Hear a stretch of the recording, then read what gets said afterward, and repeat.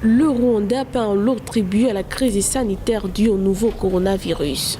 De 8,8% sur l'exercice précédent, la croissance économique a dégringolé pour atteindre 2,3% sur l'année fiscale 2019-2020.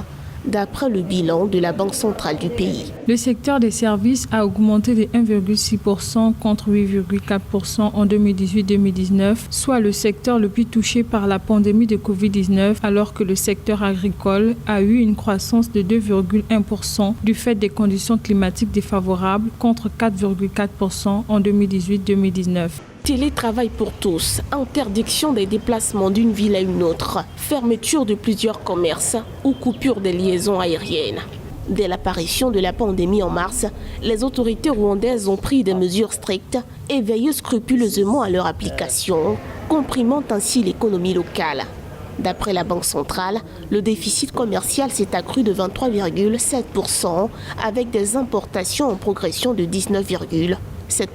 Le tourisme, le transport et l'hôtellerie, qui sont les principales sources de revenus du pays, ont été réellement impactés. Les conditions d'une croissance rapide du secteur privé et puis la promotion et l'intégration régionale pourront accroître les exportations. Il faudra se dire aussi que les Rwandais sont en avance sur beaucoup de pays du continent. Donc on est sûr que l'économie rwandaise sortira renforcée parce qu'elle a des atouts non négligeables qu'elle va faire valoir sur les marchés régionaux et donc on est confiant sur la relance de l'économie rwandaise dans un proche avenir.